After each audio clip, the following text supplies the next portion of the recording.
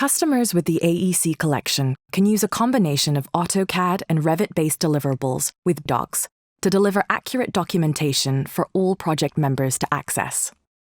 In this workflow example, a designer has an existing library of AutoCAD details that they'd like to leverage on a project that requires Revit.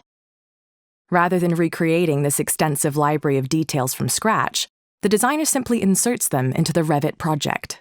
All new details can be created directly in Revit, using its extensive library of detail components.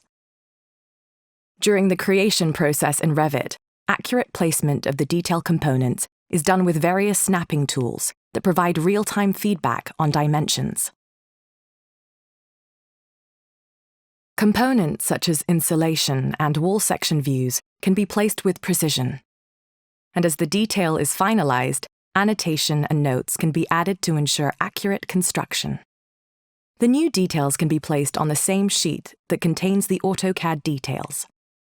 In addition to this, exploded 3D views can also be created and placed on the sheet to help reduce RFIs during the construction phase.